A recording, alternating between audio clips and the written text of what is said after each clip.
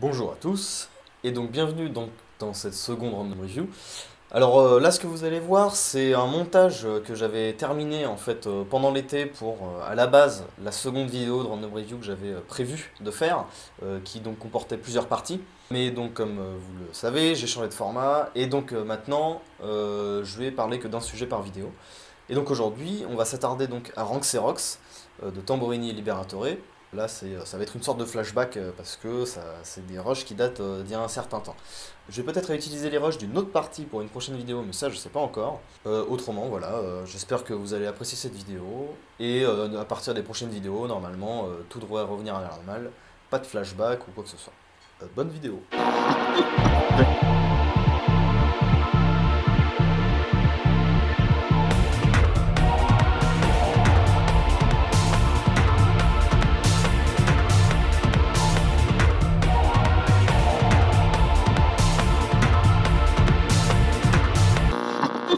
Alors, Ranxerox, qu'est-ce que c'est? Ranxerox, c'est mortel déjà. Alors, ça se passe en 3 tomes chez Albin Michel.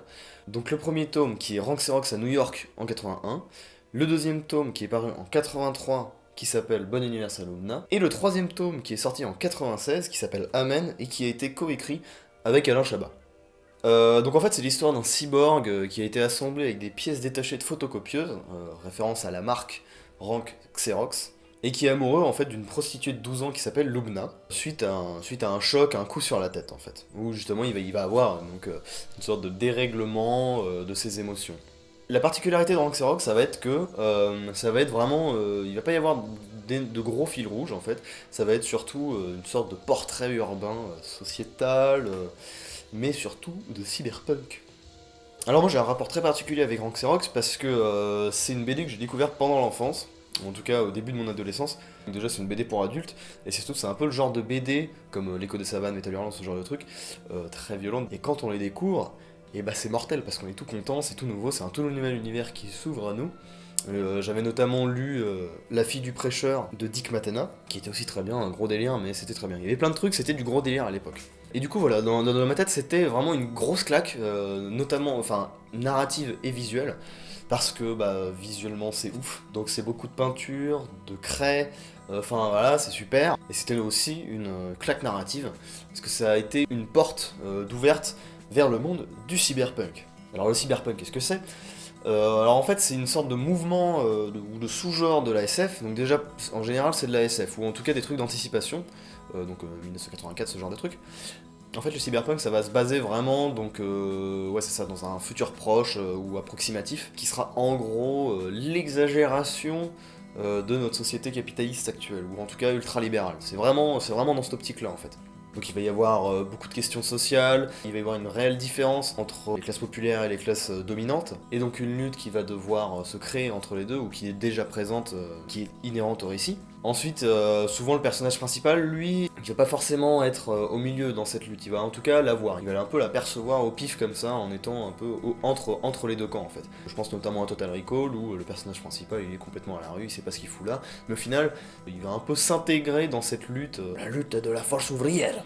Et alors du coup, Rank Xerox, ça s'inscrit complètement là-dedans, et c'est mortel. Je vais pas arrêter de vous dire que tout ce dont je vais parler aujourd'hui c'est mortel, bah parce que c'est mortel. Vraiment, Rank Xerox, ça a été une énorme claque, et notamment parce que dans le cyberpunk et donc dans Rank Xerox, mais surtout dans Rank Xerox, il n'y a pas de réel personnage attachant.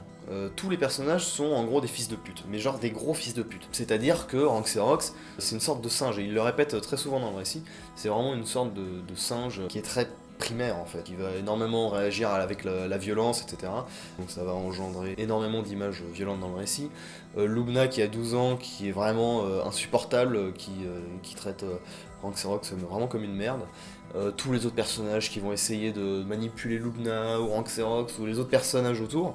Mais voilà, il y a vraiment que des enculés que les deux personnages, ou Rank Xerox tout seul, va rencontrer au fur et à mesure des récits, quoi. Et donc bah, c'est génial parce qu'il y a vraiment un équilibre entre l'histoire et les dessins, avec justement tout ce côté exagéré, très criard, et finalement en fait très italien, quoi. Il y a vraiment un côté très amoral, très excessif, à la fois donc dans son propos et dans les dessins. Et voilà, ça s'inscrit, ce qui est intéressant, c'est que ça s'inscrit vraiment dans son temps, dans les années 80, avec toute l'émergence du mouvement, et donc aussi tout le côté libération culturelle, libération sexuelle, je pense notamment en revues comme Metal Hurlant, ce genre de trucs. Et ce qui est intéressant, c'est qu'il y a un réel équilibre entre le malaise, le malsain, et le côté loufoque en fait, des personnages et de ce qu'on voit. Par exemple, un personnage, son kiff, plutôt sexuel, c'est de mourir dans un accident de voiture enfermé dans une valise quoi. Et à la fois bah, on dit c'est quoi ce délire et en même temps c'est très malsain et c'est mais en même temps c'est drôle parce que c'est bizarre, enfin c'est pas vraiment comment se foutre, sans le mauvais jeu de mots, dans ce récit en fait parce qu'on voit vraiment des personnages où à chaque fois ça nous revient dans la gueule et on se dit wow, qu'est-ce que je regarde quoi genre. C'est intéressant parce que le spectateur va jamais vraiment pouvoir se placer de manière morale ou en tout cas d'avoir une grille d'interprétation morale parce que c'est pas fait pour ça en fait. C'est vraiment fait pour heurter en fait la sensibilité du lecteur. Et alors c'est hyper intéressant parce que bah, ça s'arrête jamais en fait. C'est des trucs, c'est vraiment des petits albums très courts. Voilà, vous voyez, voilà, c'est très court. Hein. C'est vraiment, c'est très peu de pages. Et du coup, il y a des situations qui s'enchaînent vraiment en étant à la fois très cohérente et en même temps complètement sur le tas. Ça s'enchaîne à grande vitesse, c'est vraiment une sorte de grande course où c'est vraiment imprégné d'une violence à la fois physique et psychologique. Il y a il y a énormément de bastons, énormément de propos tenus très voilà qui sont censés heurter quoi. Parce que ça montre aussi des milieux durs, des milieux défavorisés, mais en même temps, on voit aussi la classe dominante, notamment dans le tome 3, qui est aussi complètement immorale et insupportable. Et il y a du coup que des personnages vraiment outranciers, qui sont vraiment très paraboliques en fait. Qui vont vraiment représenter des concepts ou des schémas de personnages, ouais, voilà, des archétypes quoi, pour servir son propos en fait. Et ce qui est intéressant, c'est que ça traite vraiment des représentations sans aucune pincette. Et en plus avec un réel plaisir sadique fou quoi. Presque tout le monde meurt ou va subir des violences, ou en tout cas les personnages auxquels on va avoir juste une certaine attache quoi. Du coup les auteurs disent, et pourtant alors que tous les autres sont des êtres humains, c'est Ranks qui est le seul à éprouver des sentiments dans cet environnement ultra violent. Et c'est complètement vrai. C'est super parce que les dessins mettent vraiment en valeur, il y a un côté ultra dynamique chez Liberatore, qui est connu comme le Michel-Ange de la BD en fait. Il est connu pour avoir fait des illustrations, notamment de la cover de Romborama des Beatroots, où il a fait des Batman, etc. C'est mortel. Il y a vraiment une sorte d'hyper-réalisme dans les dessins de Liberatore qui met vraiment en valeur la puissance des corps, avec notamment les muscles et des mouvements hyper proéminents quoi. C'est à la fois statique par la beauté unique vraiment de chaque case, mais il y a aussi une force brute qui est annoncée vraiment dans le mouvement et l'enchaînement des cases en elles-mêmes, ça se lit très vite quoi. Et c'est hyper cohérent et on kiffe ça. Voilà, c'est très criard, on n'arrête pas, on boit quoi, on boit, c'est super. Et comme je le disais, notamment grâce à la couleur, il y a un graphisme explosif. Je pense notamment par exemple, Liberatore, il utilise des crayons de maquillage pour certaines couleurs. Ce qui est intéressant, c'est qu'il y a aussi un chara-design qui met le banal, le quotidien, avec l'exagération de nos pratiques modernes, ou en tout cas des pratiques actuelles. Quoi. Donc le but, c'est vraiment de choquer le lecteur, mais aussi de l'habituer à un univers outrancier, jamais vu ailleurs, quoi. Sachant que c'est très original dans sa composition. Il y a énormément d'idées, dans chaque case il y a une idée de composition, de plan, c'est de la bombe, vraiment. Et ce qui est génial, c'est que ça répond complètement au contexte des années 80, avec notamment une libération culturelle, générationnelle, par la violence ambiante et les bouleversements de la société moderne. Quoi. Et du coup, les auteurs disent, au début des années 80, la décomposition de la société italienne était très grande, l'époque violente avec le terrorisme, les brigades rouges, la police, le mouvement punk. À la moindre manifestation, il y avait des coups de feu, les places étaient couvertes de lacrymogènes, on entendait carrément des mitraillages, des bruits de guerre, en fait on n'a rien inventé.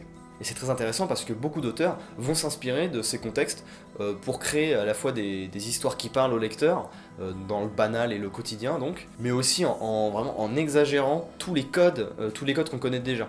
Et par exemple, il y avait énormément de revues, donc comme l'Écho des Savanes, qui faisaient ça. Donc il y avait Pilote, il y avait Metal Hurlant. C'était vraiment des maisons d'édition comme les Humanoïdes Associés ou des magazines qui mettaient en valeur des nouveaux talents sans limite, comme Mobius par exemple. Et ça a créé une réelle révolution narrative. Il y a vraiment le côté que la BD française et européenne de l'époque, elle passe à l'âge adulte. Et c'est intéressant parce que les Américains vont beaucoup s'en inspirer, avec des auteurs comme Frank Miller qui va totalement bouleverser le comics américain. Donc voilà, vraiment, je ne peux que vous inciter à lire Ranks et Rox. C'est génial. Si vous voulez comprendre vraiment les enjeux du cyberpunk, les enjeux de la BD des années 80 française et européenne, parce que là du coup c'est italien, eh ben lisez Ranks et Rox. et lisez les 3. Voilà, j'espère que cette vidéo vous a plu. N'hésitez pas à partager vos avis en commentaire, ou à partager la vidéo, ou à laisser un pouce bleu. Voilà, donc on se retrouve pour une prochaine vidéo, j'espère prochainement. Et peut-être donc sur un autre sujet cette fois. Salut à tous. After I hit metamorph, hey, I am a dog or a boy, hey, she pregnant